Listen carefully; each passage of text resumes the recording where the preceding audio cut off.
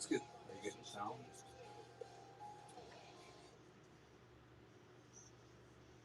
It's low. Yeah, I'm listening. I got it on the computer. It's low. It's low. I mean, it's there, but it's low. Can you make it loud? Can you bump it up? I did. I had the volume all the way up. I mean, I'm just listening to the Facebook feed, and it's. Okay, I wonder if I can. And it may. See, you hear me saying talking. I don't. It's just. I think it's just picking us up and not picking up the mics. It's, not coming through the mics. I don't hear the music. I think it's just us talking. I don't hear it going to the board. No. I don't think.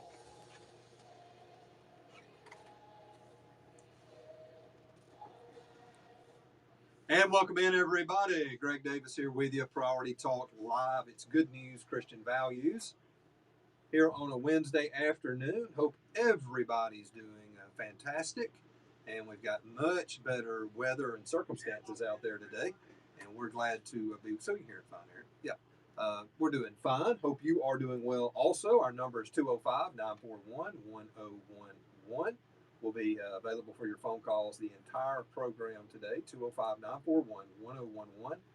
Of course, listen live wherever you may be, WXJCradio.com, PriorityTalkRadio.com, 101.1 FM or AM 850. Glad you're with us. Jason's here. He'll take your phone calls. Jason? All good. And welcoming back Rabbi Eric Walker in studio with us as well. Good to see you. Good to see you, my friend, and welcome back to. Good to be back. Yeah. Well, we've been not giving a lot of details, but we told people that you had, procedure. That's how that's what procedure. It is. It's not considered surgery. We didn't tell them what it was, what it had. I told them they could go to your social media if they wanted to know. There you go. And of course, you can go to his social media now, and we're broadcasting live here in studio, the video. If you want to go to Igniting a Nation, it's there, and we'll have it very quickly up here on Priority Talk Facebook as well. So Igniting a Nation or Priority Talk Facebook, we're going to have it. Got some folks joining us now.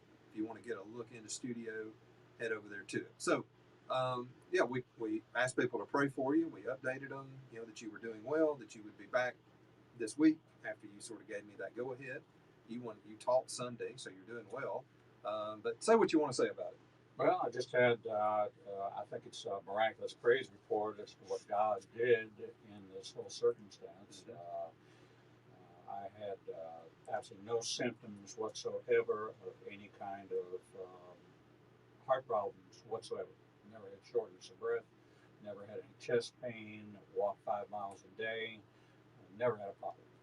Up early, regular bedtime, evening, felt great. And wound up taking a experimental CAT scan. It's elective right now as a diagnostic tool to check the calcium level in my heart and in my lungs. And the test came back with not a good report. So I got referred to a cardiologist, and the cardiologist ordered a stress test, and I thought I nailed it. Yeah, what you told me. I mean, I was on there 28 minutes. They got my heart rate up to 178 beats a minute. I wasn't short of breath. I had no chest pain. I thought I just completely nailed it. But I got a call, and the call was, you need to be 5:30 a.m. Monday morning. You need to be at the hospital ready to you have severe blockage in your heart. When they went in, they found 2 of the 4 main arteries, 90% blocked. 90%. That means that, basically half the volume of blood. Well, I'm glad to see you today, and I'm glad to see you above ground.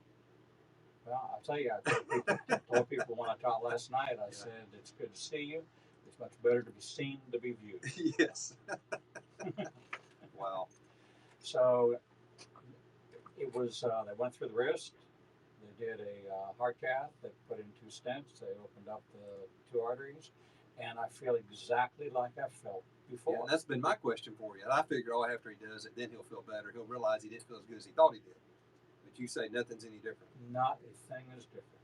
I sleep the same. I still walk 5 miles. Everything's the same except I have a little tiny little place in my wrist. Yeah.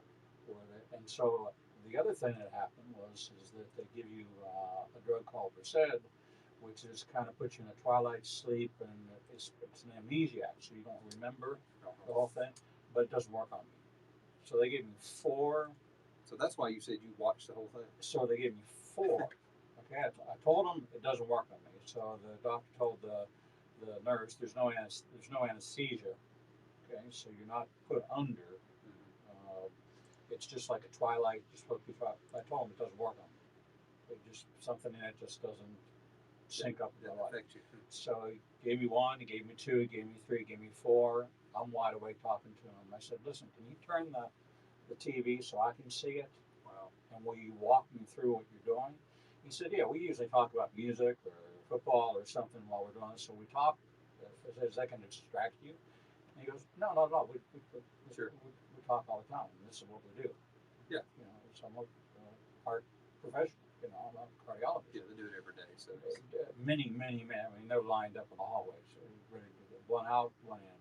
And so he talked me through the entire procedure. I saw it. He showed me everything he was doing. He took the catheter that he went through showed it to me.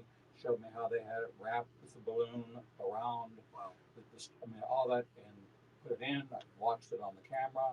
I watched him come to the blockage, then blow up the balloon. Then the dye goes through, shows you how when it's opened up, and I was amazed. I mean, when you think about God and creation, and you take a look live, and you watch what happens when a closed artery is opened up, and how the blood circulates from the heart through that main artery, 4 of them. 2 of them were 90%. I mean, that's almost completely blocked. But you know, all of the branches, and watching this contrast that they use, this dye that they use, so they can see it on camera, on screen, and see how many branches go off. I mean, I couldn't count them. There had to be at least 100 of them, little offshoots of where the blood goes. And I've never had a single symptom. I got it there at 5:30 in the morning. I was home by 1 p.m. And I could have taught that night. Yeah, because you thought you'd stay overnight. So I was a little surprised when you said you were home. They said 1 to 2 possible overnight, and I'm home at 1 o'clock the next night. It's just a miracle of God. And so when you see the inside out on like this 100-inch monitor that the doctor uses to guide that catheter in, you're amazed. You go back to this childish awe of the majesty of God, His incredible, intricate, every detail. You're seeing, when you see that open up, he said, okay, I'm at the blockage. He said, you don't see anything, do you? I said, no. He said, I'm there. He said, now, I'm going to blow up the balloon. Watch what happens. He blew up the balloon, opened the artery, contrast dye goes out, whoosh. It was like part of the Red Sea. Exactly, something like that. I don't know. Exactly. You know, it's just. I mean, it was breathtaking about God's creative hand and what He spared me from. I mean, here, you know, it's like I was a walking time bomb. Yeah, you were. He said you should have had starting at 70% blockage, which would have been 2 or 3 years ago. He said starting at 70%, you start having symptoms: shortness of breath, tightness in your chest. I said I've never had anything like that. So I was surprised. He was surprised to see me. He said when I was in his office and he examined me, he said, you know, I checked out pretty good. He said I was shocked when I got the report that you failed the stress test. I said, I thought I looked up all the answers. I got them right. I had them written down on my Pretty hand. good test taker. You know, Well, amazing. it's a miracle of God. It really is a miracle. And here we are, right on the cusp of a new year on the Hebrew calendar.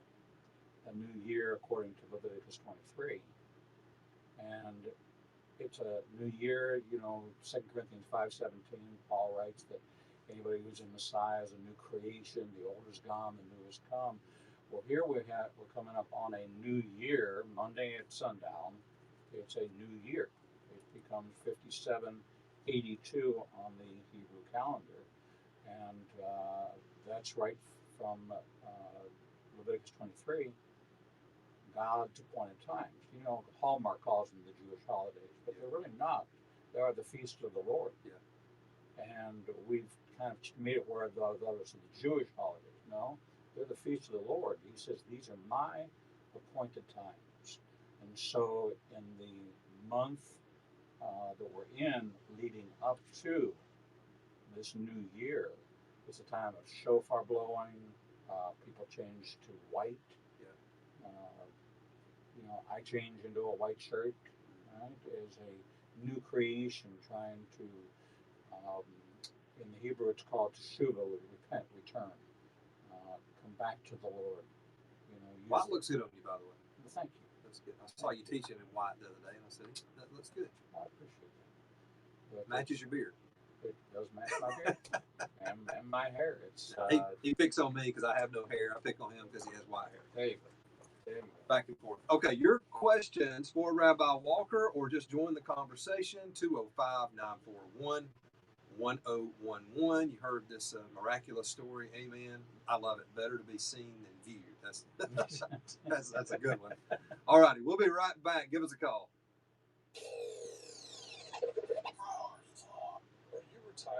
You know what I think we did the other day?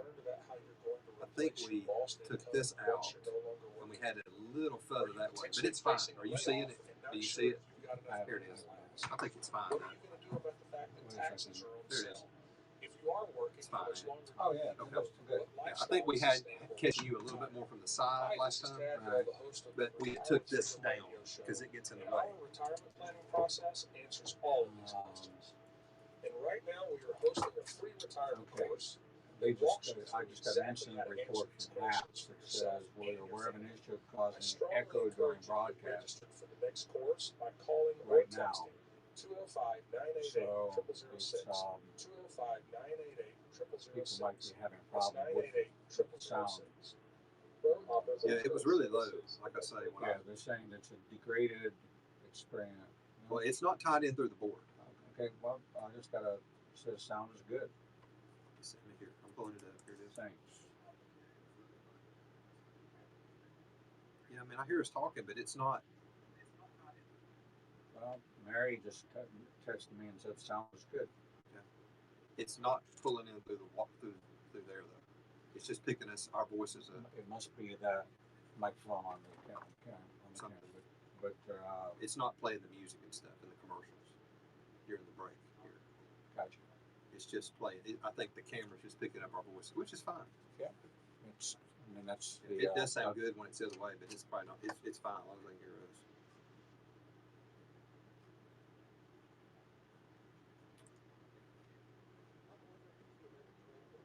Suzanne Homewood. She called the other day. I think she called yesterday. So she called before, so she's sort of a. It's, be careful what I say. Yeah, thank you. But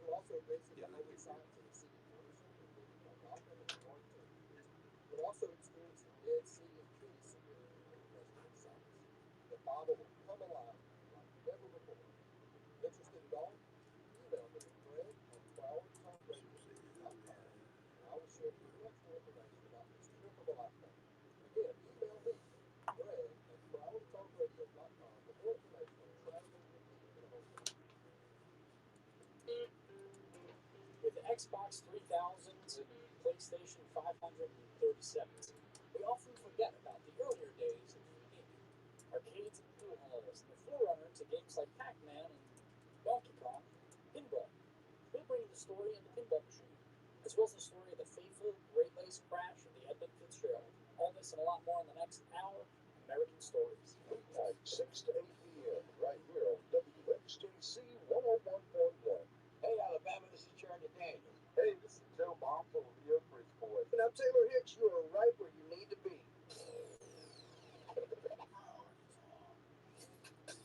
Are you listening or just joined us?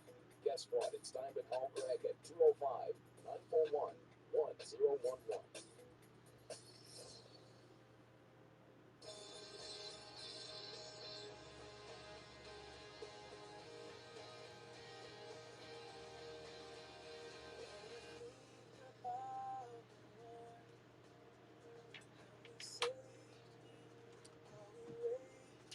All right, we're back in, and we're glad to have you with us, 205-941-1011, as we approach the 20th anniversary of 9/11.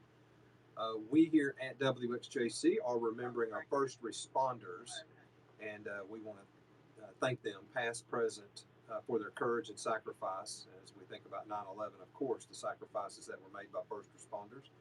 Help us honor them, and they could win a pair of tickets to see Michael W. Smith Worship Forever concert October 9th in Birmingham, and 10 sessions from MCN Reboot Wellness.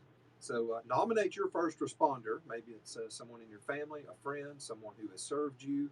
You can do that at WXJCradio.com. You can nominate them there, and someone's going to be a winner, and we will announce it right here on the show on Friday, September the 10th. So to all the first responders, we thank you and honor you from 101.1 FM WXJC, the truth for Alabama. Rabbi Eric Walker in studio with us, and we, of course, have asked the rabbi, and it's been a couple of weeks since we've done that, so I hope a lot of you have got questions or things you want to talk about, or as we bring up topics, if you want to get in on it, then we welcome you into the program. All right, let's go to the phones, and Suzanne is with us. Suzanne is in Homewood, and you're live on with us here on Priority Talk with Rabbi Walker. Go ahead, Suzanne. Hi there. Rabbi Walker and Greg. I guess my question is,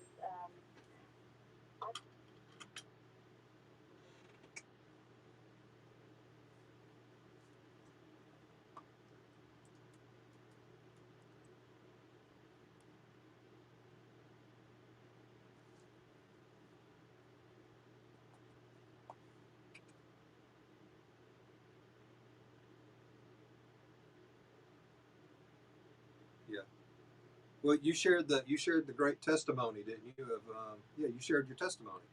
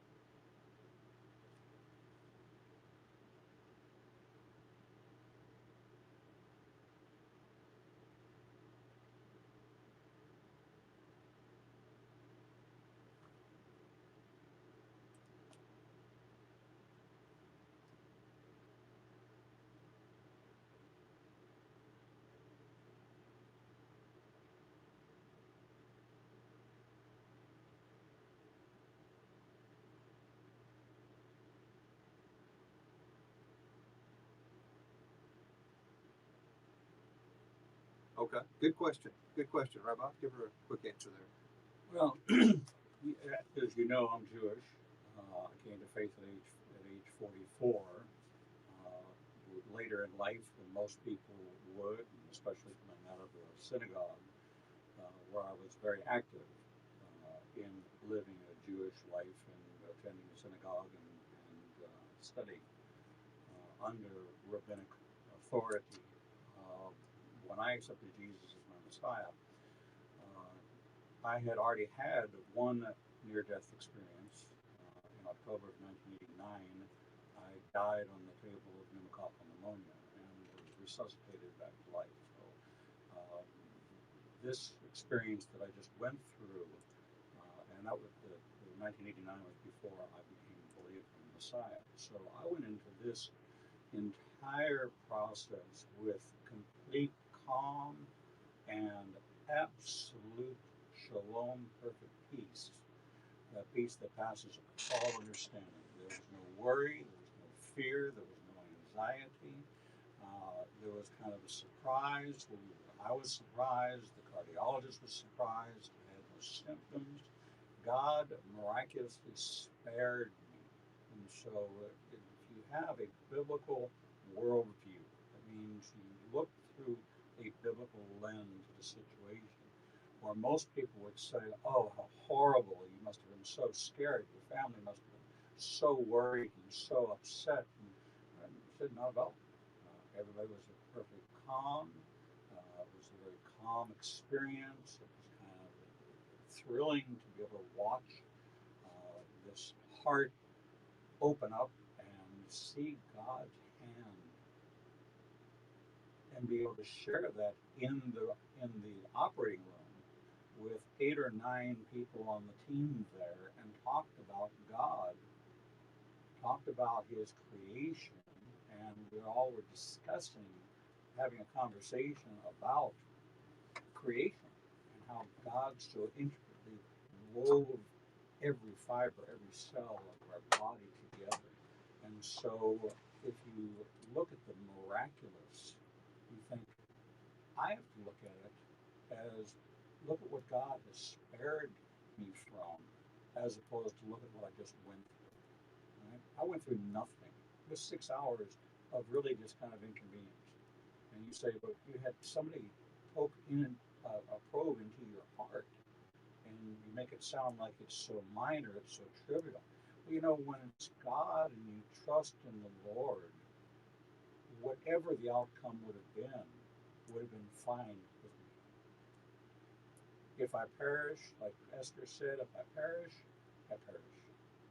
I know where I'm going. This is not my home.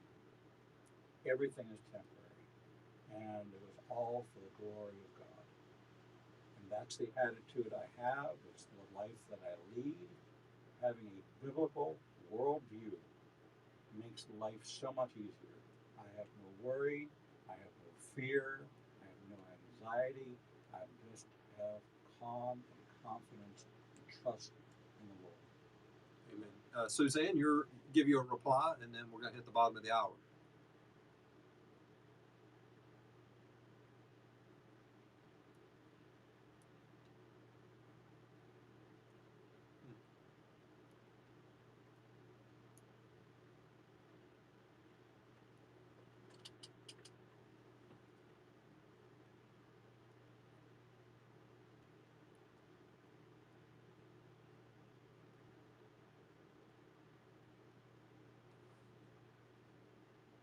Right.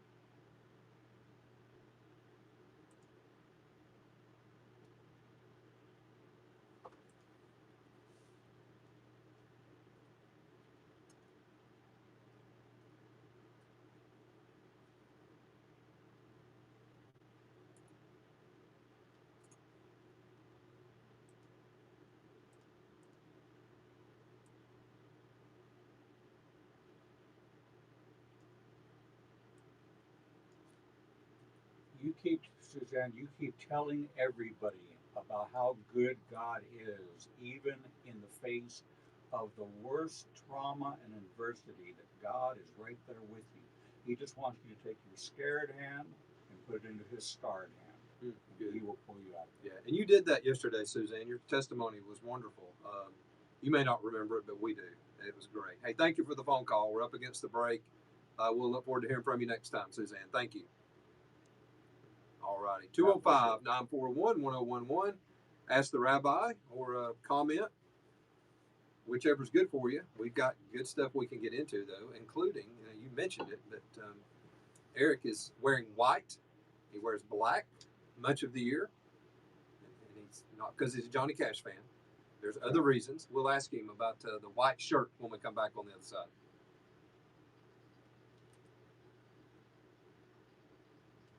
Something to tease with. Just don't let me forget. Yeah, I wish that was going through the board. It sounds better, but it's fine. I don't know what's different. just picking up. 'Cause usually you pick it up from here. Diane says, sounds good now. Amen, Rabbi.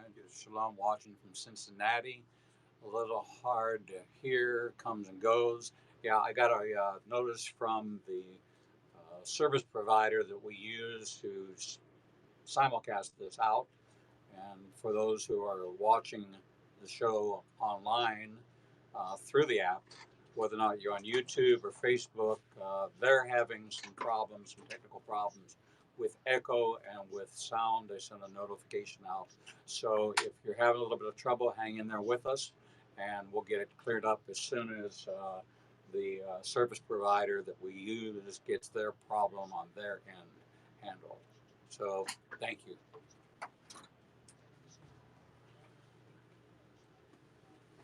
Yeah, those days I watched you when I wasn't here, it sounded great because you could hear all the commercials. And, you know, it was really good. I ordered. It's supposed to come on Friday. I've ordered a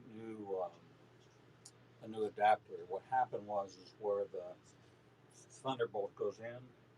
Somehow it pushed the connector back. It slid. Oh. I mean, it's been in and out, in and out, in and out. So that's why I had to take that rubber band. And that may be why. Is that why it's maybe not coming through there? Yeah. Maybe. I think it's because of the adapter. But I ordered a couple of spares so that if that happens, because I plug it in and out every Sunday, every Monday, Tuesday, Wednesday, and they're not made for. They're just kind of disposable.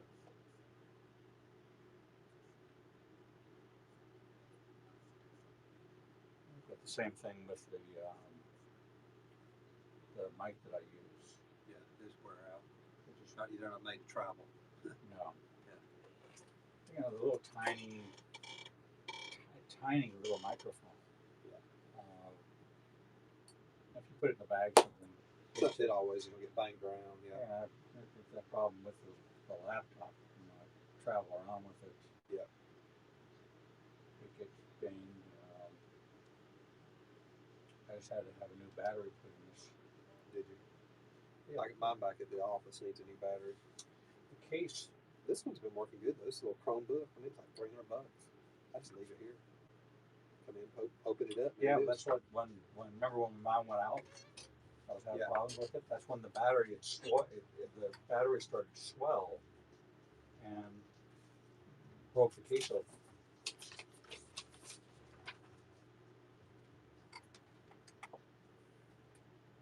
All right, let me tell you about a wonderful opportunity to place a Bible in the hands of students on our public school campuses. We can put a first priority themed Bible in the hands of all of our student leaders so that they can effectively share the gospel on their school campus. But we need your help. Would you be willing to purchase a Bible or Bibles for students to have on the campus? We can give them to the students, and the students can carry their Bibles to school, and they can give them away, use them. Each Bible is $10, or you can purchase a case of Bibles for less. The more we buy, the cheaper they become.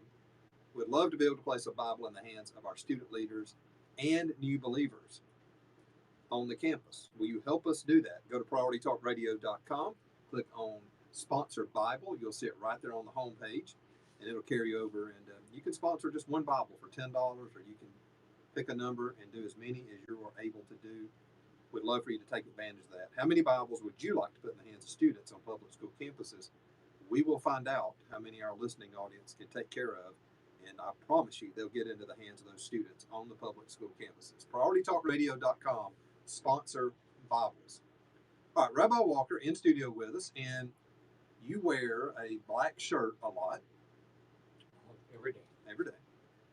And so then I see you in white Sunday. And I'll let you explain. Interesting for us Gentiles. Explain. But in this month, Me and Jason, the Gentiles. Yeah, here we go. In this month leading up to the Feast of Israel, God's appointed time, it's the month of the Lul, which is the last month of the year on the Hebrew calendar, leading up to sorry, it's not the last month, it's the 6th month, because it says in the first day of the 7th month, you are to hold a holy convocation. And that'll be when? Monday? That's Monday, Yeah. Monday night, so Monday, Sunday. Sunday. So I'll be at the Love Lady on Sunday night for my annual New Year's message. Okay. Right, as we move from the year 5781 on the Hebrew calendar to 5782. Right, so that's, and the Hebrew calendar counts from day 6 of creation. So it's saying that the world is about 6,000, almost 6,000. 5,700 days. 57 years. years old from creation.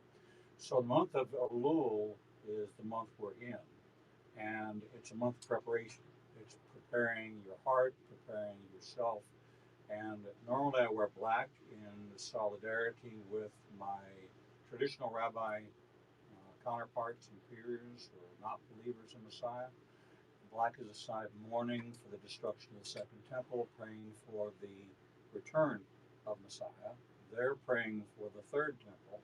We know that to be the Tribulation Temple, the one the Antichrist is come forward. I'm in solidarity with them mourning the destruction of the Second Temple, okay, which was destroyed in 70 AD. Right. Not Romans. Right. Yeah. But I'm looking forward to the Millennial Temple, which is going to stand for 1,000 years. Okay? And then, as John writes, he said, and then there was no temple because the new heaven and the new earth, and that's our great hope in Messiah. But it's a month of really personal cleansing. In Hebrew, it's called Teshuvah, which is moving yourself towards repentance, so that you have a sweet, we wish people a sweet New Year. 10 days later is the Day of Atonement, right, which is from Leviticus 16, and Jesus fulfilled that. And if you remember the Day of Atonement, which this year will be October 4th, from sundown October 4th till sundown October 5th. I'm sorry, wrong. September 15th to 16th. Okay. 20, that dates I gave you 2022. September 15th and 16th. So 10 days later. You remember that the priest would take his hands and they would bring him 2 goats. He would take his hands and put his hands on the heads of the goats and transfer the sin of Israel onto the head of the goats. One goat was taken out as the scapegoat. Scapegoat. Yeah. Okay, and the sin was taken away. The other was placed on the altar as the sacrifice. Now, how does Jesus fit into it? If only Israel would have laid their hands on Jesus, if only Israel beaten him, plucked out the hair of his beard, had only Israel, then he would have only been the Messiah, the Savior, the sin offering for Israel. Had only Rome laid their hands on him and crucified him, and not Israel, then he would have only been the atonement and the sin offering for the nations. But for God so loved the world, Jew and Gentile, that he carried the sin of Israel, the Jewish people, and the nations in fulfillment. As he says in Matthew 5:17, I didn't come to abolish the law and the prophets, I came to fulfill them. And so the laying on of hands, transferring the sin, It's for both. was for both, right? For the world.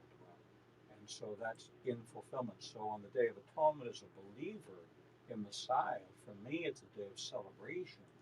It's a joyful day, not a day of mourning as it is in the traditional Jewish community, where it's somber. There's no praise. Yeah. There's only worship and atonement. Now, how many people do what you do with this? Like wearing white for this period? Well, there's not a lot that wear Black. black. So you don't notice that they're wearing white as much. Exactly. Yeah, you've got a real contrast. It's a statement. Yeah.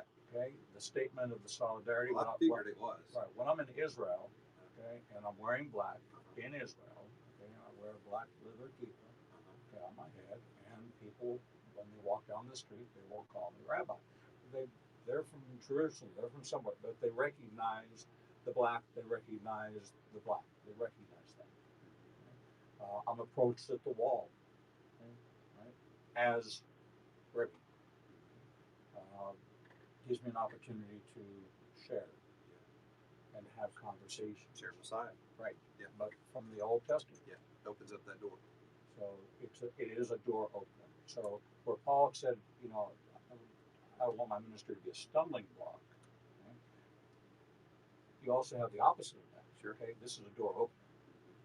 And so this is a time of purification, white cleansing, trying to, even though I know that my sins are forgiven, okay, still search me, O Lord, and see if there's any Sure. unclean thing within me. I should be wearing white There you go. next year. I'm on it. All right. Tony's with us in Tuscaloosa. Go right ahead, Tony. Shalom, Tony. How are you? Amen. Praise God.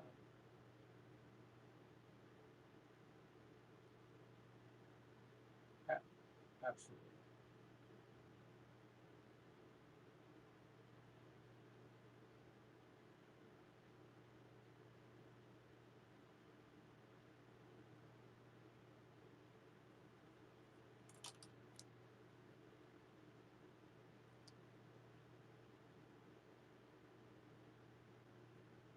Well, That's so good you asked that because we were talking about Yeah, this right right. before we went on the air. it's a great question. Yes, it is.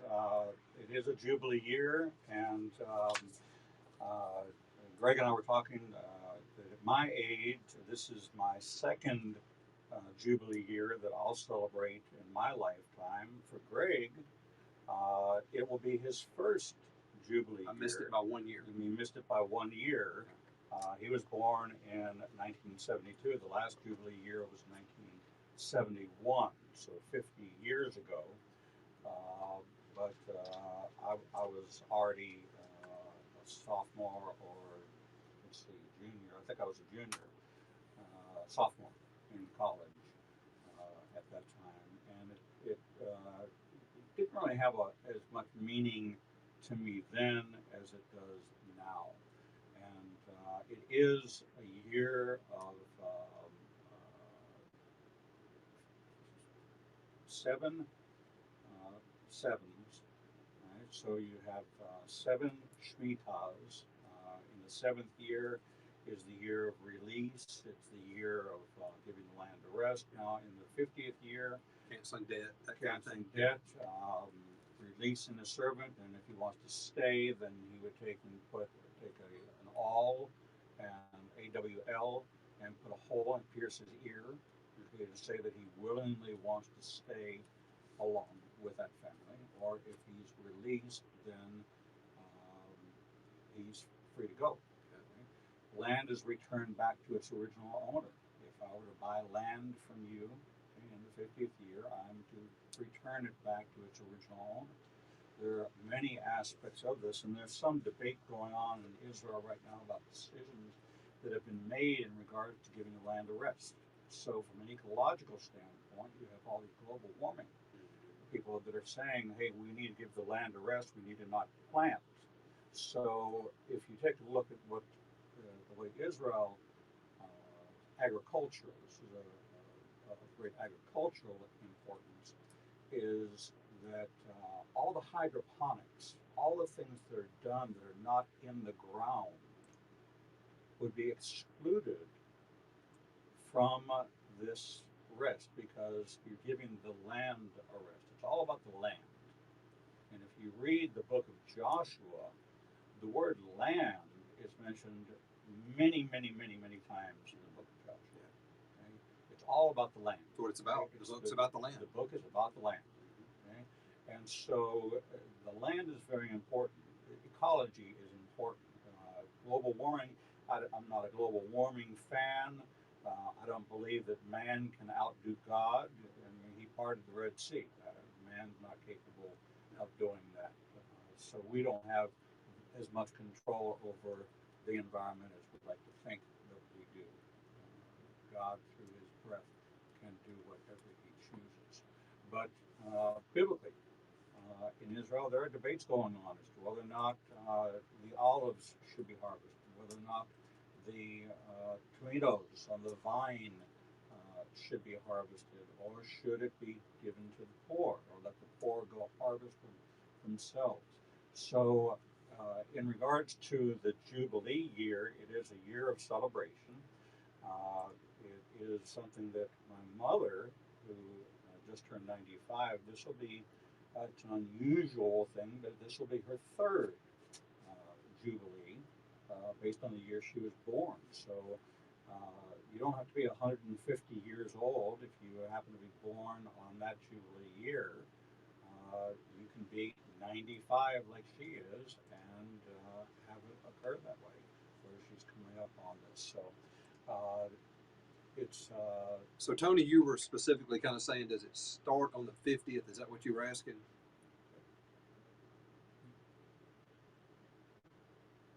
Acceptable year of the Lord. so depending, and the argument is what year. It all depends. Yeah. And the calendar is a huge debate still to this day.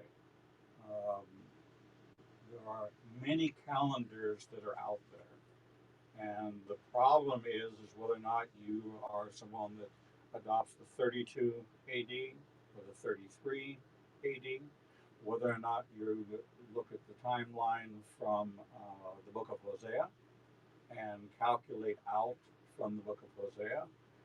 If you look at the book of Daniel, if you set the timeline from the book of Daniel, or if you use what is currently in use is the Hillel calendar, which is rabbinically set.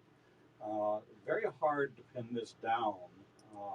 In my heart of hearts, I would say yes. I would say absolutely that he was, as he was first fruits, when he rose on the third day after the Passover, fulfilling the not only the Passover but the feast of first fruits. Then his departure, his ascension, and 10 days after that, he walked the earth for 40 days. And 10 days after that, on the 50th day from the Exodus, the 50th day from the resurrection, was Pentecost. So, yes, I believe that he fulfilled all of the spring feasts: Passover, the Feast of Unleavened Bread, First Fruits, and Pentecost. And I also believe that would have been a Jubilee year. And so it's very difficult.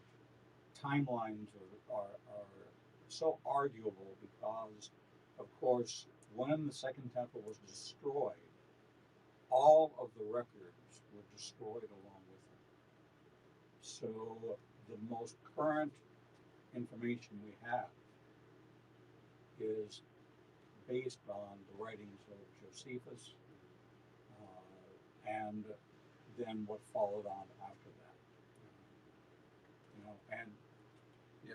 You're welcome. Thank you. All right, Tony, good call. That's a great question. And it's I wouldn't say your timelines. You got to talk generalization, but it's hard to be exact. It is very hard to do that.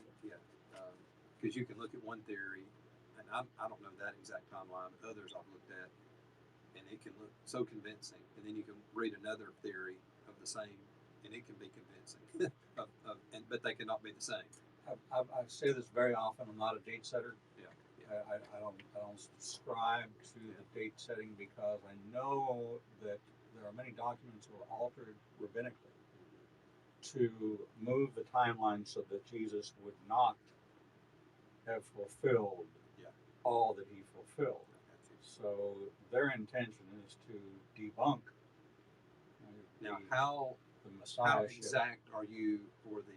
You say this would be year 5,874, 5872. 72.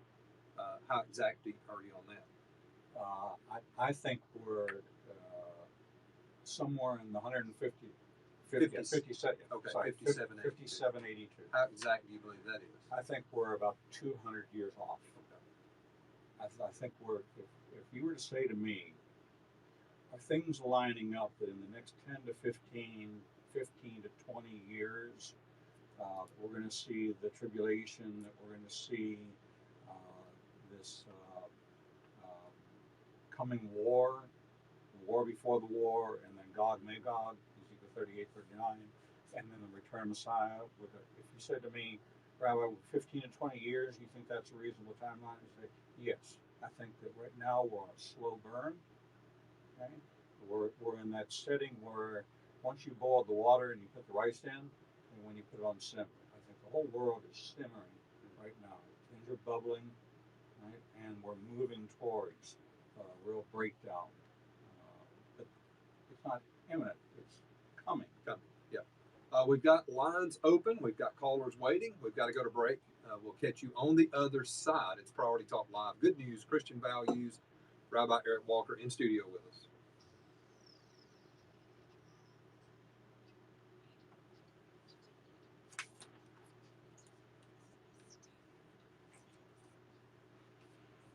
So I'm actually preaching on the principality wars. Interesting.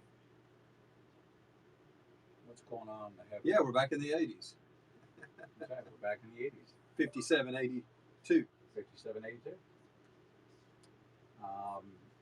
So who was ABBA? The band ABBA. Wasn't there a band? Yeah, ABBA. ABBA. ABBA. Howdy, Dave. Yeah, those Swedes. There we go. Yeah, the Swedes.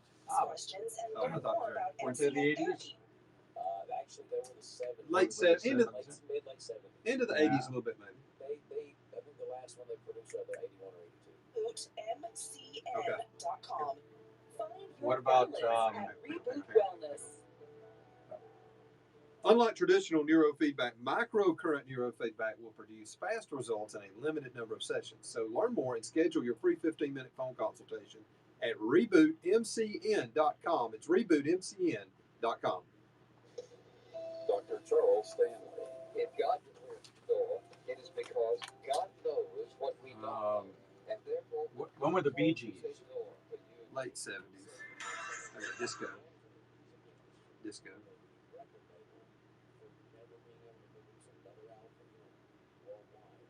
Wow.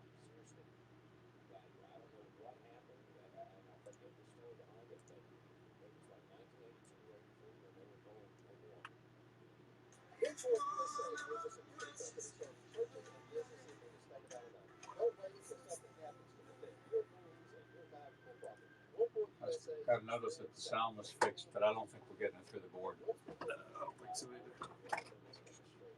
It's coming take to the phone microphone. Here it is. Yeah. Can you hear us okay, though? You can still hear it. You hear it fine. Yeah. Right. So they're not hearing the callers. All right. Then what we can do is I can switch out. No, it's the adapter that's bad. It's Yeah. not the cable. It's the adapter. And what happened was when I slid the Thunderbolt in, I felt the little clip inside connector move, and it became loose. So I ordered like three spare ones because, every Sunday, Monday, Tuesday, Wednesday, I'm putting it in, plugging it in, pulling out, but it's not made for. It's made for sticking something in and leaving it. You just wore it out. It's hard to believe. Got football tonight. UAB, Jacksonville State tonight. Is Trent gone? No, he didn't make it. He's sort of out of it. He missed camp with COVID. And he just says, too, he says, I'm not back to where I was with my ankle. And then they're so deep, man. His position, they had a dude that he's probably started 10 or 12 games over 2 different years, like the latter half and the first half, then he got hurt. And he's third string now. He started for the better part of 2 years. And he's third string. They're so deep.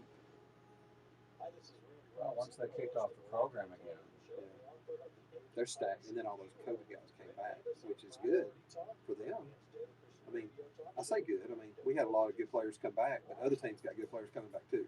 So it all is going to even out because everybody had people come back. But no, they're just so deep. So he's just going to finish it out this year. You know Mitch Glasser? Glazer? Yeah, pitching him to me. Yeah, definitely get him up. Okay.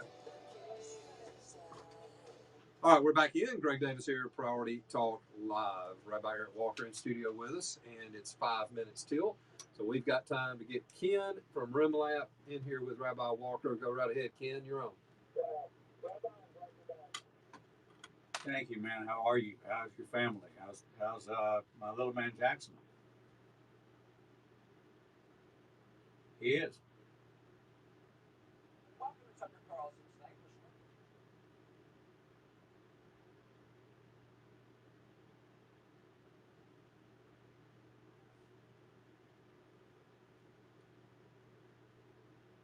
Well, there you go. There you go. So it's always counted at when God talks about seventh the seventh year or the 50th day. Um, it's always based on the Sabbath. So you count the Sabbath, you count the years, and so on. The seventh year, and it all ties back to creation. It all ties back to the 6 days of creation, and then you have a Sabbath rest on the seventh day. Well, in the seventh year, you have a Sabbath rest. And so, if you look at it, because the Bible tells us when you have 2 passages in the Bible, you've got 14 verses of creation. That's it, 14 verses. And then you have 1 verse that says, "To the Lord, a day is like 1,000 years, and 1,000 years like a day." Well, that's giving you the definition of creation. The same definition of the Hebrew word yom, Y-O-M, which means day. A 24-hour period. A 24-hour period. So people, when they try to say a day was 1,000 years, they're totally misinterpreting that. Totally misinterpreting. That's not what the word means. No. And it doesn't mean that anywhere else in the Old Testament. Correct. Right? But when we look at the coming of Messiah, right, we know that in the year 6,000. Okay, so that's why the Hebrew calendar matters. When we come to the year 6,000, that is the beginning. Okay, when we go from 5999, okay, that's when Messiah comes back and reigns for 1,000 years. Okay? So a day, 1,000 years. So look at creation, 0 to 999. Okay? And you have the 6 days, and the 7th day is the Sabbath, and the 7,000th year, after 6,000 years, you have Messianic reign. And so that's how we put all that together. That's why the Hebrew calendar still matters in trying to calculate the year. Now, the Essenes, who were there at Qumran, created an arithmetic calendar that is now being looked at as maybe the gold standard for setting it, because the feasts fall on the same day of the year. Wow, that's interesting. Ken, did you get all that?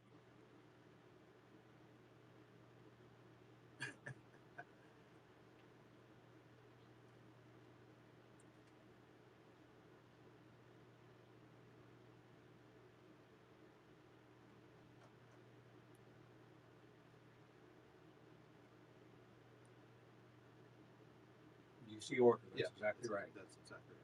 Yeah. All right, Ken. Good call, man. Thank you for holding the for family. us. Good to hear from you. All righty.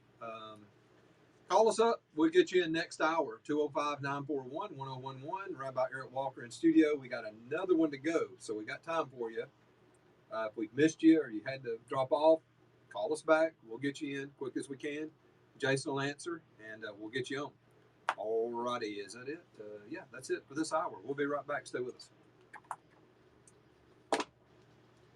Somebody called in there. Yeah, when they do that, I'll just put them on holds, Jason. I just pushed and then hold. So, had they already hung up? Okay. They'll call back.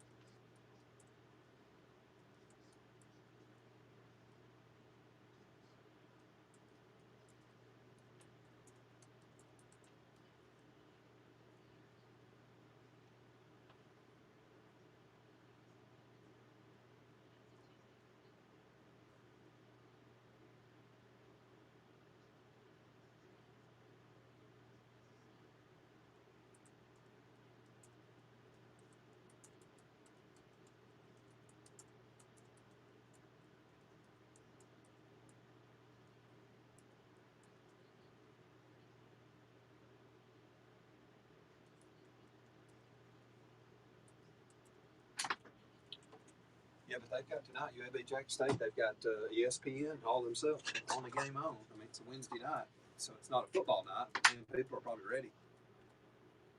People are ready for a game. Alan from Inverness. So you know? Alan, Alan from Inverness. Never called before? I don't remember that. I don't think he'd ever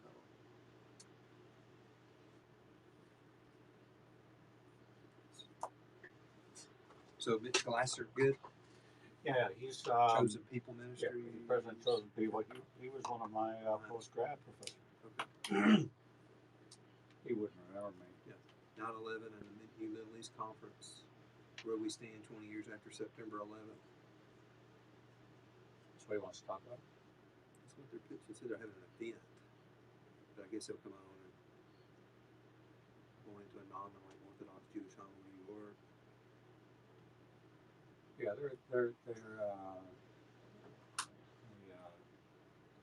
I guess he's pushing his event, but I guess he'll come on and talk about all that stuff. But he, Right. but he wants to talk about the event too, I guess. Alliance for the Peace of Jerusalem and Chosen People Ministries. And I put down for Barna, I told him to look at a Wednesday, and I said, tell George that Rabbi Walker would be here on Wednesday. So hopefully we'll work that out. Although I hate to burn two great guests on the same day. Having you here and then having him, that's too good. But it'd be good to have y'all both on. It'd be real good radio. Yeah, I had seen that story, but I was going to hold off and see if I could get him on to talk about it. But I tell you what, his other stuff he did, I've been using this, man, as almost a guidepost. That research, Yeah. I've been using that as. Yeah. In fact, I'm looking for topics, guests that I can tie directly to that, to those 10 things, and tie it in. I mean, I probably could have guessed 8 of the 10 basically Right. within 80% of how he worded it, but I just been using that as like, okay, these are things I need to be talking about. Well, statistically, 6% of the body Yeah, will be the biblical worldview. Man, I'm in such. You and I are in such a minority. Oh man, yeah. I'm surprised I'm not getting more flack about the show than I am. Honestly, this big signal to talk about what we talk about every day. I mean, the haters have not found me yet. No. So Last night not too bad anyway. I talked about the fact that I'm teaching on the Book of Revelation. That the church at Pergamos and Thyatira both were guilty of doctrinal compromise. Read this. One second. This is the without saying too much, chairman of the board. So that was cleared away.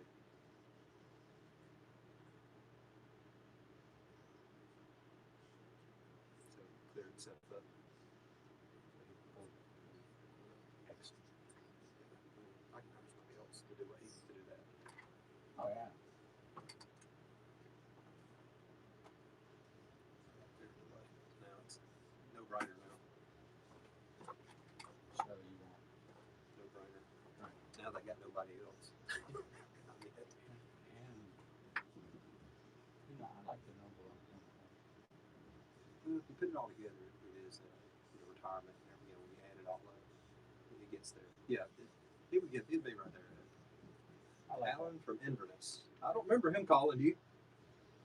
Alan, I don't remember an Alan calling before. It might be new. It's good. I like new callers. I want to talk about this. Of course, I can do it tomorrow, but I want to mention. Okay. I want to mention the Texas abortion law because it's all over the news today. Oh yeah. So I don't want to ignore it. Well, And then we can talk about some Middle East stuff too. Let's do that. yeah.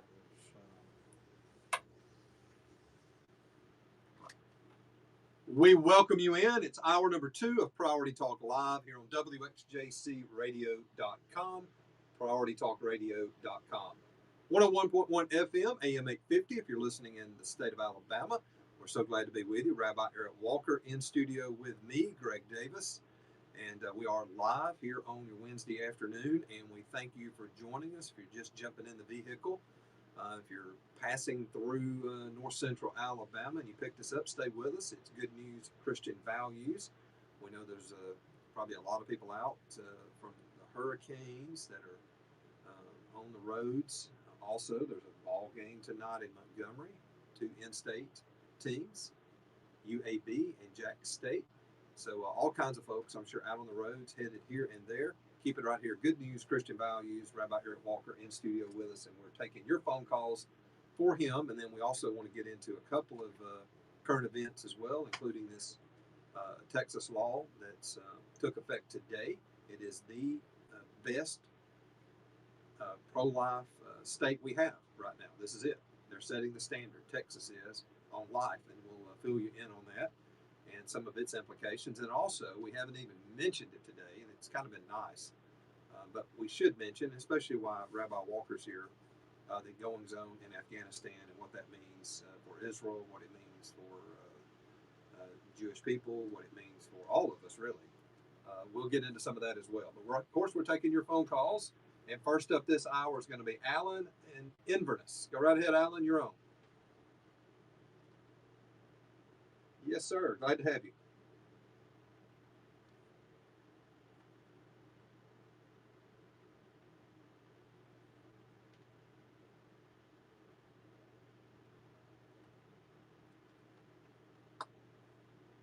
Rabbi Eric Walker.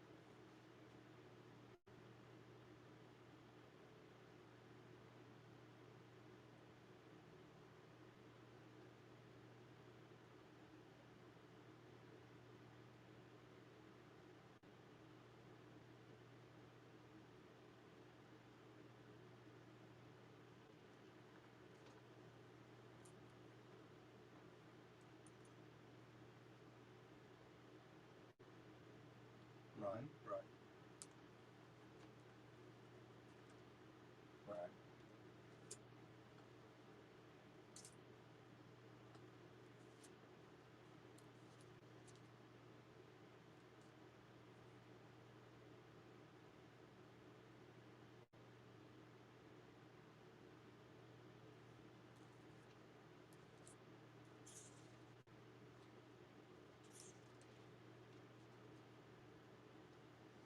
Well, let me answer you from a biblical perspective. We do know that the timeline of the tribulation begins with the signing of a covenant with many. That is the establishment of the Antichrist. So there's 7 years, no matter what. And the timeline doesn't start until that covenant is made with many. So you have 7 years. If it happens tomorrow, 7 years. You have 7 years. If it happens in 5 years, you have 12 years. You have to add 7 to it, no matter what you do. All right. So there's those that believe that Psalm 83 war, the Confederacy has to happen as the prerequisite to Ezekiel 38, 39. Ezekiel 38 has 4 prerequisites before Magog happens. One is that Israel is sovereign. For Israel to be sovereign, that means they have to occupy the Genesis 15 borders. That includes Lebanon, Syria, most of Iraq, all of Jordan, northern Saudi Arabia and northern Egypt, the Gaza Strip and the Sinai Peninsula. Okay, that's what sovereign means. Is in God's economy, Genesis 15 has to be fulfilled. So Israel has to be in a war that they expand their tent pegs, okay, and then to be at peace with their neighbors. Well, look at who their neighbors are. They're not at peace with their neighbors. Okay? So these are prerequisites. 4 things must happen. They have to have so much wealth. so much gold and silver that the world would want to plunder it. Well, we now know the gold that God was talking about is black gold, which is oil. And we know the silver that he was talking about are the silver pipelines of the largest Leviathan natural gas deposit off the coast of Haifa. Okay? So now we see silver and gold, but we don't see Israel at peace with their neighbors. We don't see Israel sovereign in the land. And so these prerequisites have to happen before Gog Magog, which is ushering in the armies of the Antichrist and the return of Messiah when Jerusalem calls out. And they're not in Jerusalem. Remember, he comes to redeem the tents of Jerusalem first. Well, they're not in Jerusalem. They've been warned to go flee to the hills. Okay, where do they go? I believe they go to Petra. So I believe that when Messiah comes back, we look at Isaiah, 63, and we see one whose garments were stained with blood. And Isaiah says, what is the meaning of this? He said, there was no one there to fight with me. I had to fight them by myself. And I brought them salvation with my own right hand. That's describing Jews, Israel, calling out from Matthew. Matthew 24? Matthew 23:37 to 39. Okay. Oh, Jerusalem, Jerusalem, There you you who go. stone the prophets and reject the one who sent to you. Like a mother hen longeth to gather her chicks, how I long to gather you back to me, but you were not willing. O Jerusalem, you will not see me again until you cry out, Baruch haba b'shem Adonai, blessed is he who comes in the name of the Lord. So from a timeline perspective, any time you have to add 7 to it. So it just can't be. That's correct. That's correct.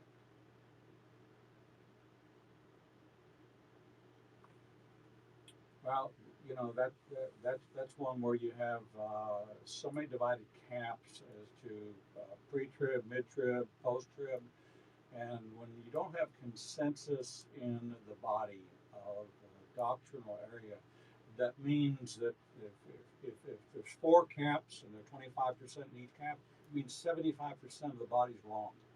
So anytime you look at something that is so contentious and divided as the timing of the catching up, maybe we need to look at it through a different lens, because we aren't at a point of consensus. There's no opinion, there's no position that is the predominant agreed upon. Well, we all think our position's the right one. Correct. That's exactly. That's right. That's what we think. Yeah. Yeah. Yep. That's exactly right.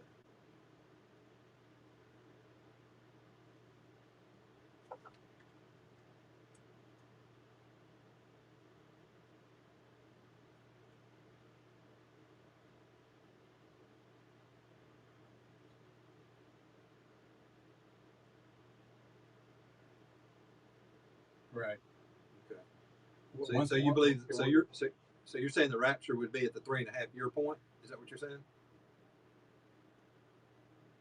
Oh, okay. Okay.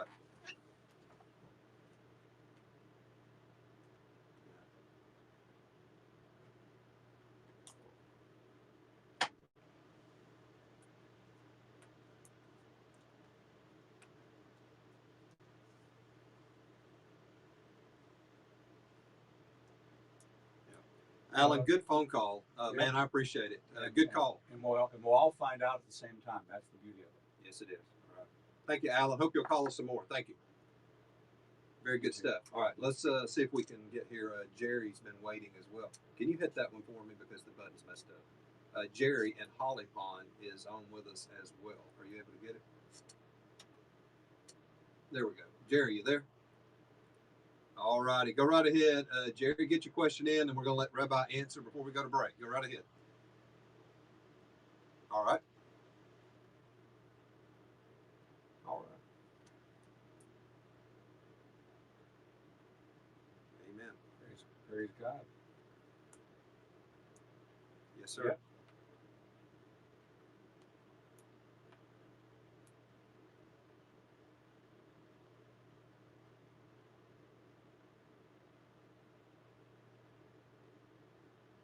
Okay. It's Baruch Hashem, and that means bless His name, or um,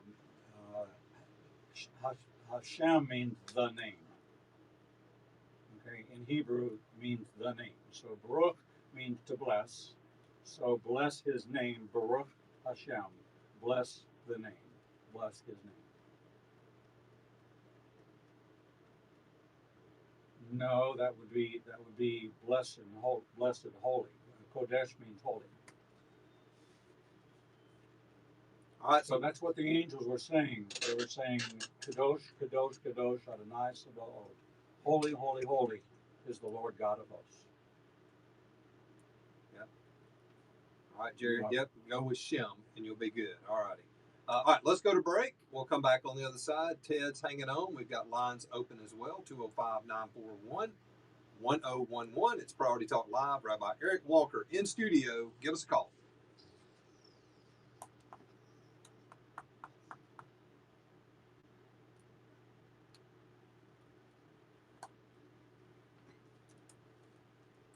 Well, that cleared up the... You know, what's interesting about the abortion thing is that a Supreme Court decision, that's not law. No. What they have in Texas is a law. Right. They're a judicial branch. They don't pass They don't make law. They don't make laws. That's what I've been trying to say for years. There's three branches of government. Yes. Okay. They are separate. So there is no law saying that the White House saying this is not constitutional. Okay? There is no amendment to the Constitution. Well, plus you got the 10th Amendment that says the states, because that's not addressed in the Constitution. No. Abortion's not addressed, so No. it's left to the states. Right.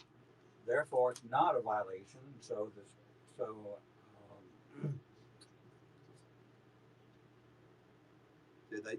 If they just act like whatever the Supreme Court says, nothing else matters. Right. And that's not true. Yeah, the laws passed, the interpretation of other judges, nothing matters. If the Supreme Court wants to change it, they just change it. And that's not the way the system is made. But that cleared up the job situation. Yep. I had a feeling he might do that. He was, I think he got a little overwhelmed with it the other day, thinking about the money and stuff. It's, it ain't like a church where you got tithers. It's different. Right. And I told him, we went to lunch, and I told him as well. I said, it's going to be different. This is different than pastoring. For your wife, your kids, your family, it's totally different. Totally different. You're going to be gone. You're going to spend a night in a motel. You're not the pastor. You're not the center of everything. Your kids are in college. They can't come back to your church and be the pastor. So it's going to be different. And maybe all that settled in on it.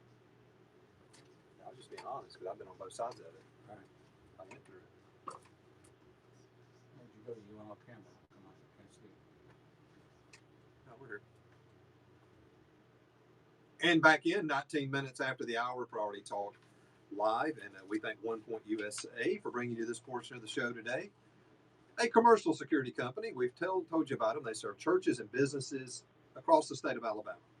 Don't wait until something bad happens or unfortunate happens to protect your kids, your volunteers, your employees, your valuable property.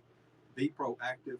Let One Point USA's experienced staff understand your security needs and advise you.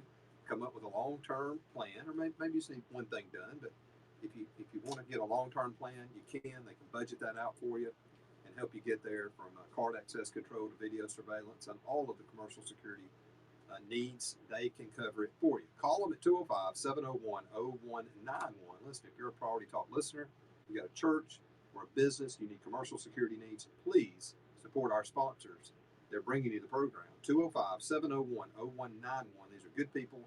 They're passionate about what they do, and they work with some of the smallest and largest churches and businesses in Alabama. I can promise you that. Go to their website or give them an email. Service at the number onepointusa.com. One Point USA, be secure. All right, we've got Ted is in Clay, is with us now, and we're also going to get to this Texas law that went into effect today that really is the strongest pro-life bill that's now in effect by any state in our nation. We'll get to that in just a little bit, but Ted's been hanging on for us, so let's get him on here. Go ahead, Ted. You're on with Rabbi Walker.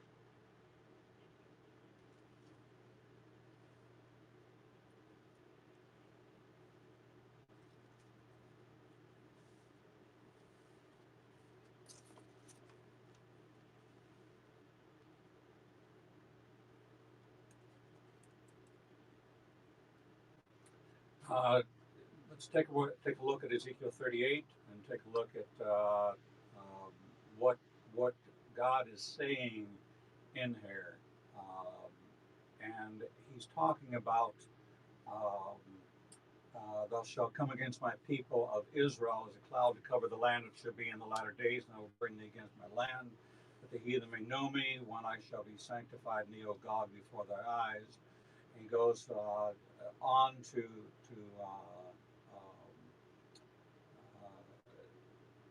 talk about, he says, I will magnify myself and sanctify myself. I will be known in the eyes of many nations, and they shall know that I am the Lord. So he's talking about the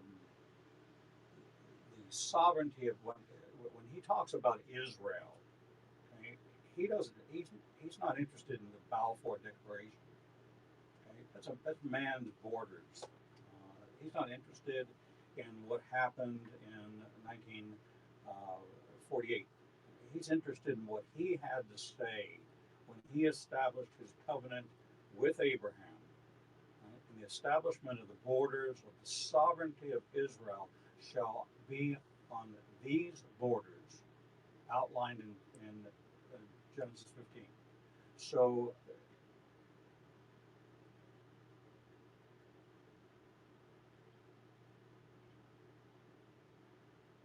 okay,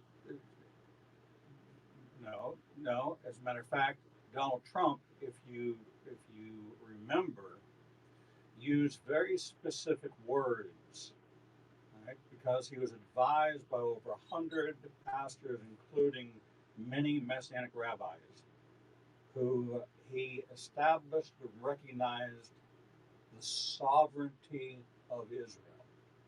That was what he passed in his executive order, was recognizing the sovereignty of Israel as a nation.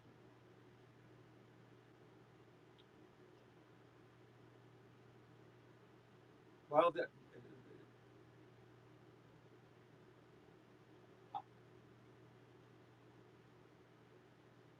what I'm trying to tell you is that this is the beginning of the recognition. This is how we're moving towards. But when God talks about Israel, he's not talking about what happened in 1917 or 1914 or 1948. He's talking about what he has to say. And we've got to go back to his word to look at what sovereign Israel is. Now, is Jerusalem the spiritual capital of the world? You bet it is. Okay? That was established by God. It's the place that bears his name. Sure. Okay? So that's clearly established. It's still today the same way it was when he said, when King Solomon dedicated the temple and said that when people incline their prayers to this place, to this location that bears your name, that those prayers should be answered by you, O Lord. So the sovereignty. No, Israel is a sovereign nation, right, as best it can be until a war comes along and Israel expands. Well, I think it may be before that. Okay, he said, and thus says the Lord, it shall also come to pass at the same time shall things come into thy mind that thou shalt think an evil thought, and thou shalt say, I will go up to a land of unwalled villages. Well, Israel is not an unwalled village. I will go to them that are at rest, that dwell safely. They don't dwell safely. All of them dwelling without walls and having neither bars nor gates. Well, that's not true. There's the West Bank. There's Judea and Samaria that you have to go through Checkpoint Charlie to go into, and you got to go to Checkpoint Charlie to come back out of. All right. So that's Ezekiel 38, 11, all right, right there are the prerequisites. Okay, a land of unwalled villages. Okay, I will go to them that are at rest, that dwell safely, all of them dwelling without walls and having neither bars nor gates. Then it says to take a spoil and I'm sorry.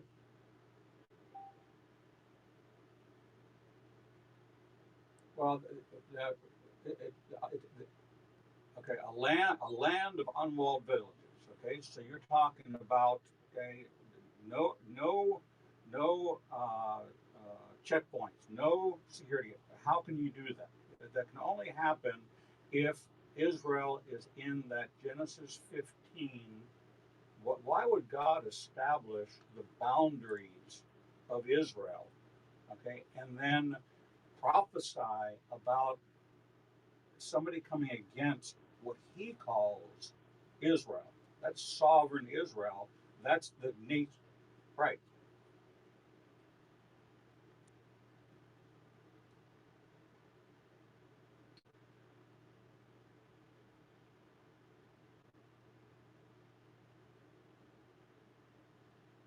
All right. All right. Ted, I'm going to let you get your final thought out, and I'm going to let him reply, and then we're going to hit the bottom of the hour.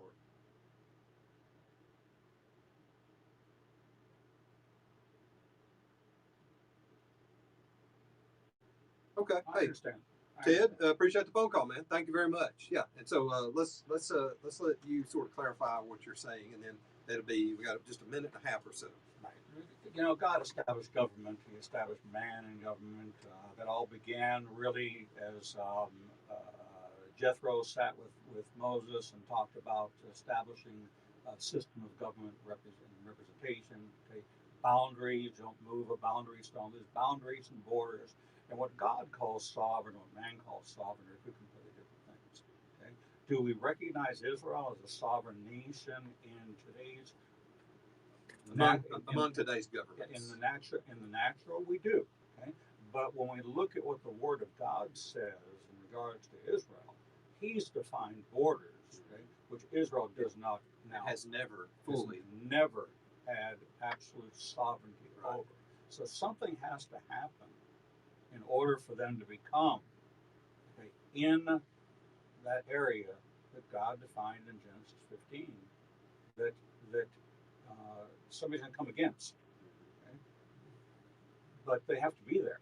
Okay? That's why there's a lot of support for the Psalm 83 war, which all of those nations, which are not a part of this coalition in Ezekiel 38-39, okay, are not involved in the Psalm 83 war. Completely separate groups of people. Okay? One gets Israel victorious in those borders. Okay? The other brings an attack from Iran, from Russia, from Turkey, and from Gog and Magog. Yes. All right. So now we know what your question was. We know what your answer is, right. And so we'll find out going forward.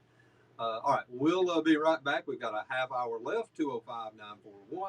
205-941-1011. Ted, it was a good conversation. Thank you for calling, and we appreciate you very much. All right. We'll be right back.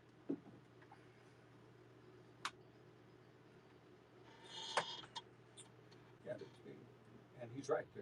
People aren't talking about it in those terms. No, they're not. Because you've got today's setting. Are they recognized versus biblical? Are they? Right. It's like two different things here.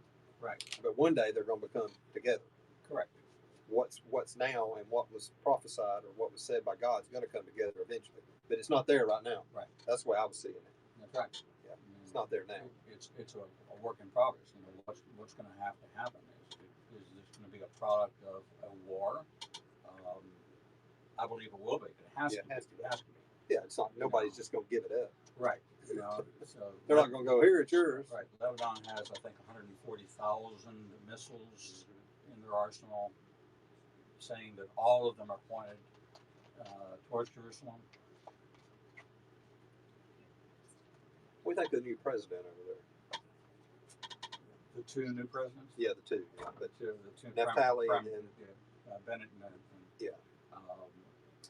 He's going to take. The other one's going to take over later, right? And it's sort of I think it's 2 years and 2 Now years. Talley's sort of in charge right now. Right.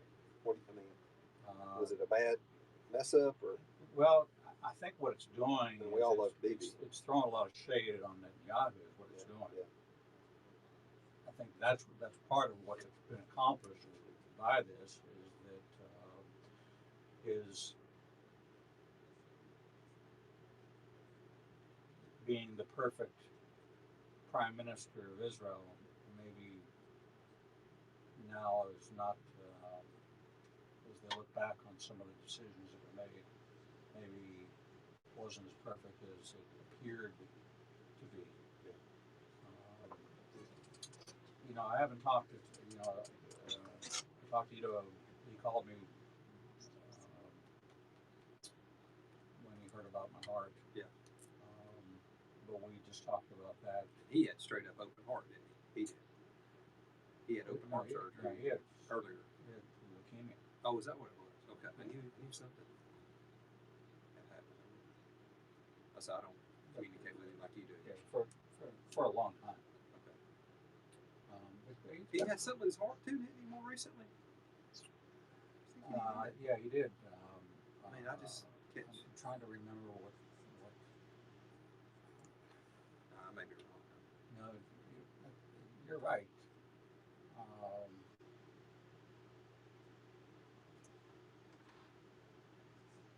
Just don't remember. Yeah, he's forward Ted.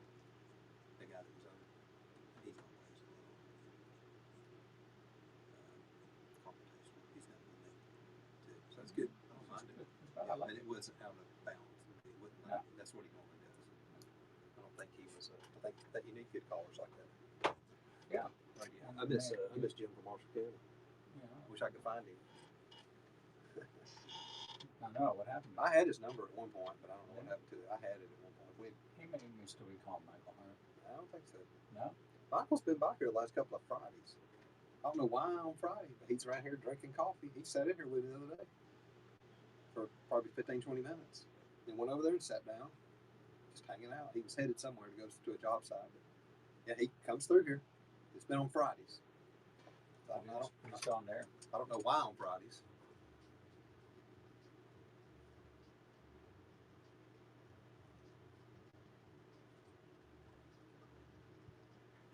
All right, jumping back in, the phone lines are open. First time all day. If you want to get in here, you can. 205 941 1011. Gives us a chance, though, to talk about this abortion law that went into effect today in Texas. And of course, this is a fetal heartbeat law that says, if there's a heartbeat, no abortion. Can't happen. It's against the law, and it's serious. And so Texas is now the first state ever to enforce a heartbeat law. There's been other states that have had it out there, but it hadn't. It always gets blocked and held up and all that kind of stuff. Now, the Supreme Court, could get involved at any time and put a hold on it. That's what happens, and then the Supreme Court will hear it. And some of that's what this is about. It's about getting it to the Supreme Court. But it's great for a culture of life, which we should have in this country, a culture of life. Lila Rose, who's been a guest on this program before, has commented out. She says the new Texas heartbeat law will save the lives of an average of 150 children each day. But there are Twitters and journalists, in quotations, attacking the law. Imagine being upset about the fact that 150 children get to live another day, blind, tragic, heartless. No child should have her skull crushed and be ripped into pieces in an abortion. No mother should have her baby torn from her womb. No father should be stripped of his right to protect his baby. It's time to build a culture of life in America and end abortion. We stand with Texas. What not worries me about this, the Supreme Court, I bet they get involved. And I think what this could lead to, Eric, is Democrats, while they have the numbers, or close to it, probably as close as they're going to have, this is where they get into packing the Supreme Court. This is where they get, I don't like the term packing, but that's what they call it. Right. Stacking is really what it should be called, stacking the Supreme Court. where they will expand the number of justices and then just run through enough to where they give themselves a nice, comfortable margin to stop something like this. And if they would do it over any issue, it's over abortion. That is number one in their mind, is abortion. So that's sort of, I don't say it worries me. I'm glad for this, but I could see it heading that way. That this puts a sense of urgency in the pro-death crowd to make sure they do something to stop this from happening. Because if it happens in Texas and it's held up, then it can happen all over the place. Absolutely. In states everywhere, including Alabama, Mississippi, everywhere. You know, the interesting part about this law, which has been passed, is not to be enforced by the government. So what they've done is they've taken and said, look, we're going to have people, not government officials, overseeing people getting abortion. Okay? We're not in that business. Okay? But you know somebody that's trying to get an abortion. Okay? We want you to notify us. Okay? There's kind of it's almost like a Second Amendment, the right to bear arms. Okay, it's the right to pursue life First, if you liberty, and the Yeah. pursuit of happiness. If I know that you are intending to commit murder, this is the biblical definition of murder. it is innocent. Is to deliberately take another life. Is the definition of murder. Okay? An innocent life, I would say. Well, Murder's murder. Okay. I mean, innocent life. What is it? Murder is premeditated. Okay. Now that you have, other types of self-defense and all these other things, but murder, okay, defined by God, is a premeditated act. Okay. Where I went out and deliberately, and He defines it. Okay. Premeditated. I got you. Premeditated. Yeah, Okay. okay. So the abortion is premeditated murder. Okay. It's the number one leading preventable cause of death in the world. Number one leading preventable cause of Taking death. a lot more lives than COVID. It's the number one. I mean, it's beyond comprehensible. The way they wrote this law is the Supreme Court can't really block it because it does not empower anybody in government to enforce it. It says the citizens Yes. are being deputized in order to enforce this culture. It's a civil. Right, a civil. They can bring a civil action against any person who performs, induces an abortion. Right. Any person to get an abortion, people who are family members, healthcare workers, front desk staff at a healthcare clinic. So if you decide you're going to go in the abortion business, you better get ready because you're going to have a lot of civil actions brought against you. You know, listen, they're coming against bakeries because they won't bake a cake. Okay, we've all of a sudden become a country which legislates sin. Okay? In my lifetime of almost 70 years, okay, the first they took prayer out of school. In my lifetime, I saw that legislation took God out of school. Then it began to spiral from there, and we've gone to the redefinition of marriage. We've gone to Roe v. Wade, 1973, right? 2015, Obergefell decision. Now you have people that are standing up and saying, "Whoa, wait a second, we want to put a stop to this." Okay, you've been in the business of legislating sin. A nation that's supposed to be every God-given right. What the Constitution, the preamble of the Constitution, what's it say? We the people of the United States, in order to form a more perfect union. Okay? God is in our Constitution. Yes. But there are a group of people in government that have done everything they can to remove God from this country. Sure. Oh, yeah. It's a small group of people, but they're very, very powerful. Very powerful. A lot of influence. But life, liberty, and the pursuit of happiness. If you don't get life right, you wonder why we're losing our liberty and our pursuit of happiness.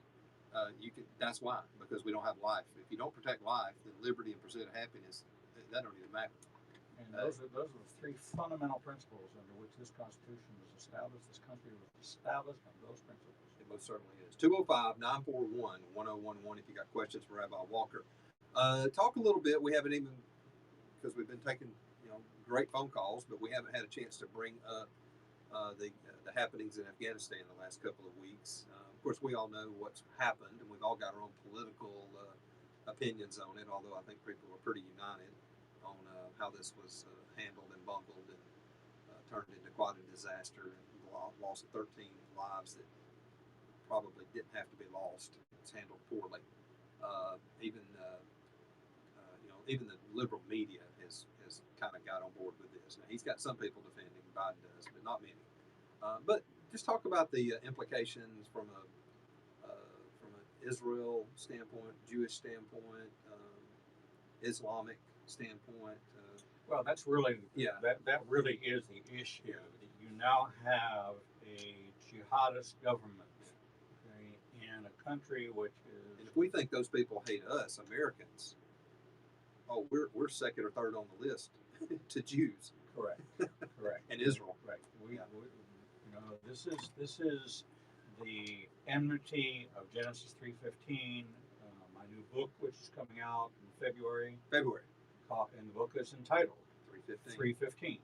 Okay, the genesis of all prophecy. It's the enmity between the seed of the woman and the seed of the serpent. That Satan will enlist, and he has. He's got another nation right in his pocket, okay, next to Pakistan, all right, which peeled away from India so that they could go from Hindu to Islam. Okay, now you have another Islamic regime, all right. Now, they were Sunnis, but now they're so backed by Shiite influences that the alignments with Pakistan, who's aligned with Iran. Okay, so this is one more in their pocket. Okay, financial aid. They're going to be looking to our sworn enemies, okay, those who hate Israel, Iran, right up top of the right list. there at the top of the list. Yep. All right, that we've got a president who wants to normalize relationships with Iran and maybe send them more money. Do they need? It's absurd. Well, they're saying now we're going to start sending the Taliban money. We're going to have right in the form of aid. They call it. Aid, yeah, right. It's ransom money. I hope. You think they can even get the people back with the money? The Biden administration and Obama, the worst negotiators. You get everything you want, we get nothing. That's their negotiating. This is like Groundhog Day, because this is exactly what happened with Jimmy Carter. Exactly what happened with Jimmy Carter, and the Carter administration, okay, and the Iran-Contra, the whole Iran deal, the fall of the Shah of Iran. Okay, so the same thing happened where a nation which was friendly towards the United States, okay, was a partner. Iran was a partner of ours, okay, when they were Persia. Okay, but they changed their name to Iran, which in Arabic means Aryan. Yes. Okay, Aryan nation, like Adolf Hitler Aryan. Yes. Okay, because the first Shah liked the agenda of ethnic cleansing and having everybody The same. the same. So You taught that on this program I before. I taught that remember that probably many- 5 or 6 years ago. right, and so you see this now blossoming. This adds another notch to their belt. Okay? Another war partner, okay? Aligning themselves with an anti-Israel, anti-American agenda. Okay? And I don't care what these reports say that they disabled the helicopters or they disabled the planes. Okay? They didn't disable hundreds of thousands of missiles and hundreds of thousands of rockets and a million rifles and 100 million rounds of ammunition. They didn't pull every bullet apart and pour out all the. No, they're stocked. They just armed. They're more well armed than a lot of our NATO partners are. Absolutely. Yeah. Absolutely. And now we're going to send them aid. And I see Biden saying today, or at least somebody was in the administration saying that we're going to work with them against Al Qaeda. We're going to work with the Taliban. All right, so it's hard to believe anybody would be that foolish. At the same time, Sirhan, Yes. okay, Is he being released? well, they're saying that the Kennedy family saying it's some are saying yes, some are saying no, but you know, he's not Muslim. He is a Christian. Is he converted? I have no idea, but when I read the report I heard about that. him at a parole hearing, they said that he is an Arab Christian. Now, maybe I read a bad report. I haven't read that, but I haven't read it closely. But I did see where they were looking to possibly release him from prison after all these years, which I didn't even know that would even be possible after you murder someone like that. But who knows? California parole panel votes in favor of release from prison on parole 50 years after, more than 50 years after. Okay, it says here.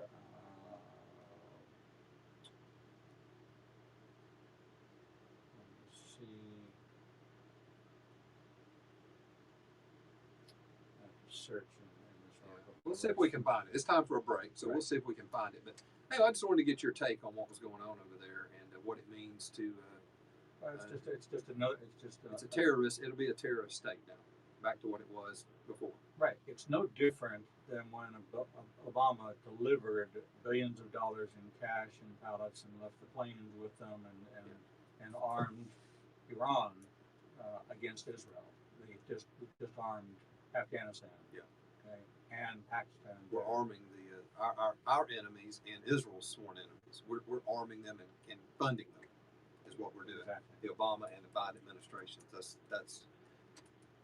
It just always comes back to me: are they that incompetent or sinister? That's always my question. All right, let's go to break. 205-941-1011. Our final segment on the other side. Sirhan was born in Jerusalem to an Arab Christian family where he attended a Lutheran school. Did not know that. I guess I didn't really know that much about him on that level. So,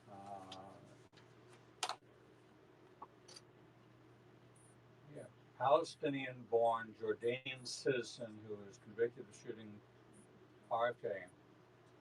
He's a Christian Palestinian born in Jerusalem. Was he always a Christian, or is he taking it more seriously, or victim? He might have been born to a family, but he went to a Lutheran school. So what's the significance of that? I guess just it's interesting. I didn't know the. Let me get this. While we were tearing it up on phone calls till that segment. 7, 6 yesterday.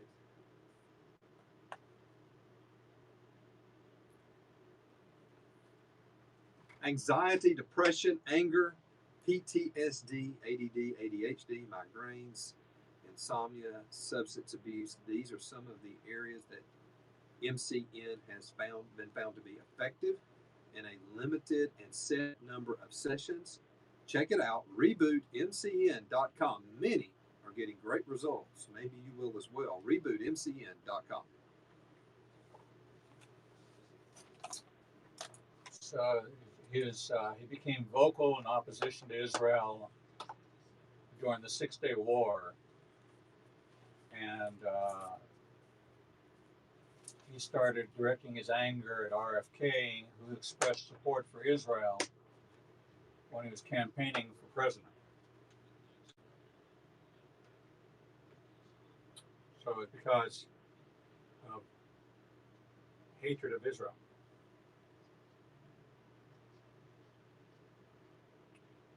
He shot him on the 1-year anniversary of the 6-Day War. RFK died the next day. So he did it on the anniversary of 6-Day War. Wow. I didn't know that. I guess I've never studied that. Those guys always have reasons for what they do, don't they? I mean, that's from Britannica.com, so it's a reliable source. Sure.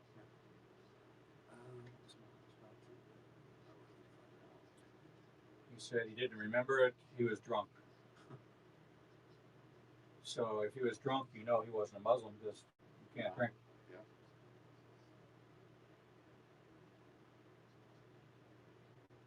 What's the significance of it, though? I guess is my question. I mean, that's an interesting factoid about him. What's the mean, the 6 Day War. I guess that's shows his motivation. Yeah, there are two Arab Christian camps in Israel. There are those that are considered Zionists. They believe that Israel should be in the land, and there's Palestinian Christians that do not believe that Israel should be in the land. But I guess the significance is his killing of Kennedy was motivated by his views on Israel. Right. And him getting out now, what's the significance of that? I mean, I'm trying to put a string through it all. Maybe there's not one. Palestinian-born Jordanian assassin. His full name is Sirhan Bashara Sirhan. Got a cool name. Start inserting that. I mean, it's infamous, but it's a cool name. I mean, just like if it had been a movie star or something, Sirhan. You'd have thought it was made up. What does that mean, Sirhan? I wonder what it means. I wonder what his name means. That's the way.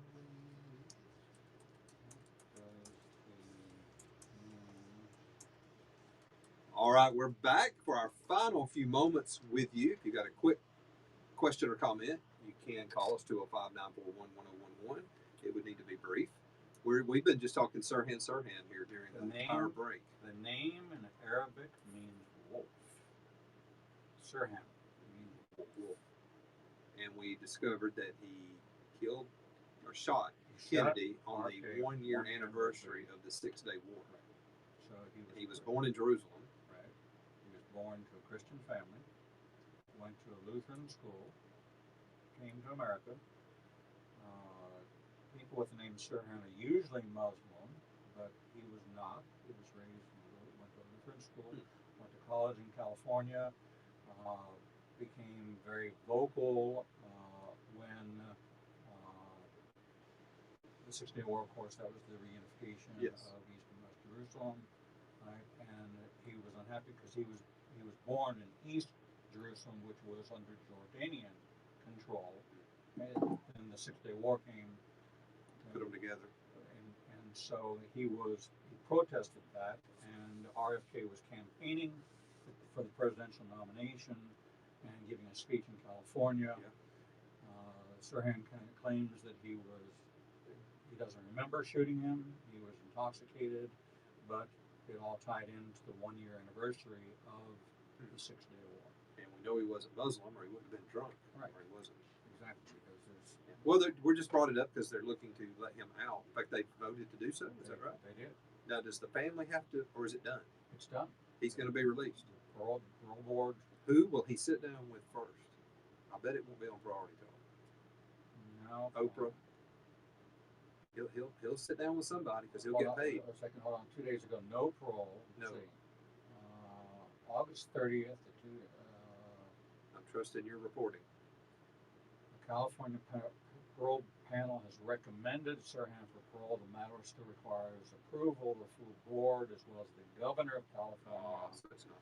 He said that he is no longer the man who committed the horrific act of political violence. This is an opinion, there should be no parole for him. Why? Because he's a convicted terrorist. Let's review the historical facts. So Okay. This is. So it's not done. It's not done. Okay. I'm thinking the long shot, and it could come down to the governor. Which is in a recall. That's interesting. Yes. Right. So could become a campaign issue. Right. If Larry Elder becomes the governor, they probably let him out. You think? If he's claiming to be a Christian, maybe, I don't know. It could go either way. He says he's not the man who. Elder may say, "I believe in redemption," and right. I don't know. Yeah, that's interesting out in California. They're saying that it's a common Arab Christian name means flesh, as in the flesh of Jesus. If your name is Bashara, his middle name. So he's Sirhan Bashara Sirhan, which means wolf, flesh, wolf. Wow. Wolf, flesh, wolf. This is translated name. Man, that's deep for me. That's a vicious picture right there. Yeah. Wolf, flesh. and the name wouldn't have been an accident. No, well, I believe that prophetically that all names were Yeah. the same way we look at, Sure. at Jacob calling his sons. Yeah, that's and not a coincidence. starting with Reuben, Yeah. and you look at what happens to Reuben in the end. That all that was prophetic. I believe in the prophetic names. That if you want to name a child like Mara, what a great name. Bitter. It means Bitter. bitter. Uh-huh. I wouldn't. Name a child Mara. I wouldn't do that. I'm not being critical of people who've done that, but I've never heard anyone named Mara. Is that a name? Yeah. Okay, I've never. There's movie people. Really, I've never heard that. Well, I always thought Sirhan was a cool name. Yeah, It's infamous, obviously, but just think if he was a movie star, think how Sirhan. I mean, it's just you'd think it was made up. right. Wolf, flesh, wolf. Wolf, flesh, wolf. It was. Well, we'll follow it and see what happens Yeah. over the next probably few weeks. I would imagine, maybe longer than that, before the pro board comes to a decision. Hey, everybody, be careful out there. And I know there may be people driving in from East Alabama through Birmingham, headed south down to Montgomery for the big UAB Jacksonville State game tonight. It'll be on ESPN. All eyes on Alabama. A lot will miss it because they'll be at church, prayer meeting, Bible study. And that's all fine too. Good thing nowadays is you can record it or go back and watch it. Okay, You come can out get and see called me. up. Yeah, come out and see me Sunday at Where you gonna be? 6 p.m. at the Lovelady Center. Okay. Okay, over on Second Avenue. Yeah. Come on down, listen to a message called the Principality Wars. I may come with you. Sunday at 6. Sunday at 6 at the Lovelady I Center. may can do that. I've spoken there as well. Yeah. Always invigorating. Always in big. I wouldn't mind going over and seeing Leslie and some of the guys over there at the Lovelady Center. They do great work. Really a powerful ministry. Miss Brenda and the whole team over there. Wonderful. Yep. All right. Hey, good to see you, and good to see you and not be viewing you. Thank you. As we said earlier, that was a great line. Better to be seen than viewed when you've just had heart. Right, so it'll be a new year when I come back Yeah. next week, and the greeting is Lashana Tova. Shana Tova, A joyful and sweet new year. year 2782. 57. Oh, I'm sorry, 57. What am I thinking? 5782. 5782 in the Hebrew calendar. Wow. Good stuff. All right. Hey, thank you for all the phone calls today. First hour and a half, you guys stacked them up, and we appreciate it. Good stuff. Good discussion. Always great. From Homewood to Tuscaloosa to Holly Pond, Clay, Rimlap, Inverness, all over. Good to hear from you guys. And some of you in North Alabama who are getting more familiar with Rabbi Walker. He's available to come out and speak at your church. Do Seder services. IgnitingANation.com. Come and do prophetic teaching or just preach the gospel in your church on a Sunday morning. He's available. Some of you are just getting to know him. You're new to the program. So at IgnitingANation.com, go on there and just send a message and you can start a conversation about it. Have a great evening, everyone. We'll be back on Thursday, 3 o'clock. We hope you'll join us. Shalom.